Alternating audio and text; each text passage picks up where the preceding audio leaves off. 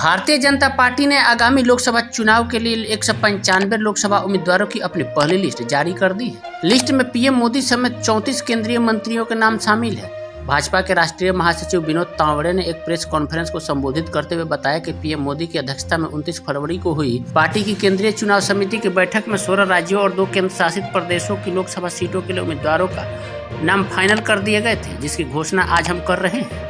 विनोद तावड़े ने कहा कि पीएम मोदी एक बार फिर वाराणसी से चुनाव लड़ेंगे। इसके अलावा 34 मंत्रियों और 3 पूर्व मुख्यमंत्रियों को भी पार्टी ने चुनावी मैदान में उतारा है।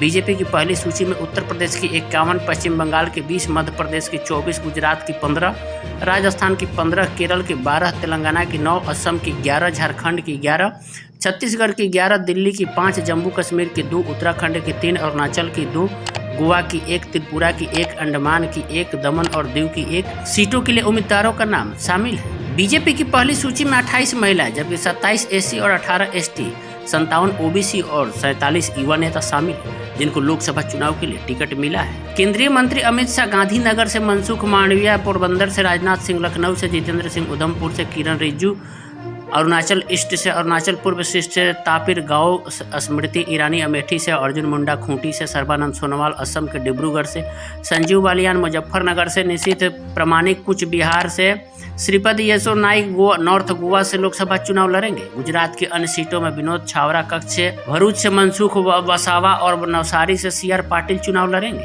छत्तीसगढ़ में सरोज पांडे, कोरबा विजय बघेल, दुर्ग ब्रजमोहन अग्रवाल रायपुर से चुनाव लड़ेंगे। जम्मू से जुगल किशोर शर्मा भाजपा के उम्मीदवार होंगे।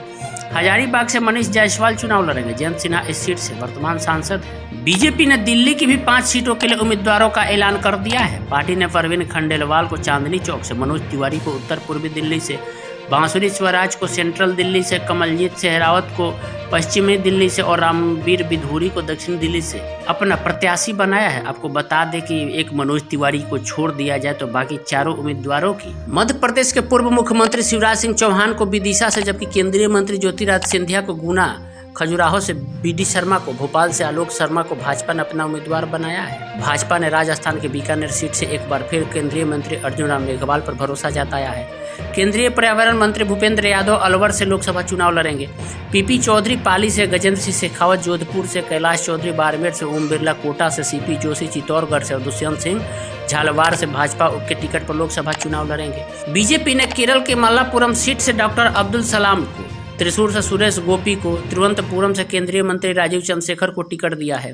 भाजपा ने पश्चिमी त्रिपुरा सीट से पूर्व मुख्यमंत्री विप्लव कुमार देव को टिकट दिया है। भाजपा ने यूपी की 51 सीटों के लिए अपने उम्मीदवारों का ऐलान किया, जिसमें से 47 सीटों पर 2019 के ही उम्मीदवार रिपीट हुए हैं। भाजपा ने सिर्फ 4 सीटों पर नए प्रत्याशी उतारे हैं। दिनेश लाल यादव निरहुआ को भाजपा ने फिर से आजमगढ़ से अपना उम्मीदवार बनाया है। गोरखपुर सीट से रवि किशन बीजेपी के प्रत्याशी होंगे, वह वर्तमान में इस सीट से सांसद भी हैं। हेमा मालिनी मथुरा से एक बार फिर बीजेपी के टिकट पर चुनाव लड़ेगी। पार्टी ने लखीमपुर खीरी सीट से केंद्रीय गृह राज्य मंत्री अजय मिश्र टेनी की उम्मीदवारी इस बार भी बरकरार रखी है। जौनपुर, श्रावस्ती, अम्बेडकर नगर और नगीना सीटों पर बीजेपी ने इस बार प्रत्याशी बदले हैं। नगीना से ओम कुमार भाजपा के उम्मीदवार होंगे। बीजेपी ने बसपा से आई रितेश पांडे को अम्बेडकर नगर से अपना प्रत्याशी बनाया है, वह वर्तमान में यहाँ से सांसद है। जौनपुर से बीजेपी ने कृपा शंकर सिंह को अपना प्रत्याशी बनाया है।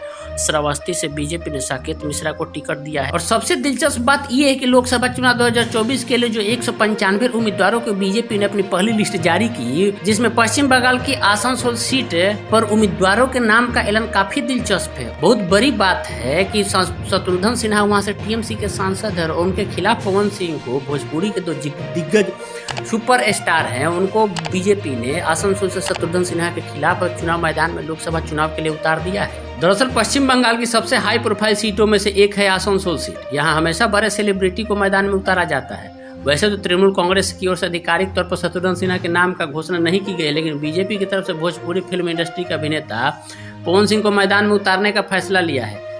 वहीं कांथी से शुभेंदु अधिकारी के भाई सोमेंदु अधिकारी को मैदान में उतारा गया है। बता दें कि अभिनेता से नेता बने टीएमसी सांसद शत्रुघ्न सिन्हा बंगाल से आसनसोल से सांसद हैं और उन्हें टक्कर देने के लिए बीजेपी ने भोजपुरी स्टार पवन सिंह को मैदान में उतार दिया है। पवन सिंह की बड़ी फैन फॉलोइंग है और फिल्मों में बड़े अभिनय और सिंगिंग के साथ उनकी संपत्ति भी करोड़ों में है। रिपोर्ट्स की माने तो पवन सिंह का अनुमानित नेटवर्थ लगभग 6 से 8 मिलियन डॉलर है, करीब 50-60 हज़ार करोड़ रुपये के आसपास होती है। पवन सिंह की गिनती भोजपुरी सिनेमा के सबसे महंगे एक्टर्स में की जाती है, इसीलिए तो उनको पावर स्टार कहा जाता है। अब 2024 के चुनाव में शत्रुघ्न सिन्हा के खिलाफ भोजपुरी के पावर स्टार को अपनी पावर दिखानी है। देखिए क्या होता है।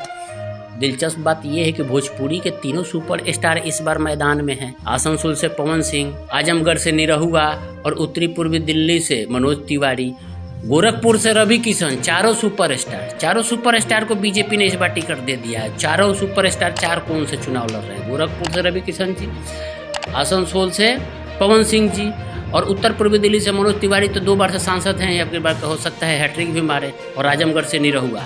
देखिए चारों पर बीजेपी ने कैसा भरोसा जताया है। देखिए आने वाले चुनाव में क्या होता है।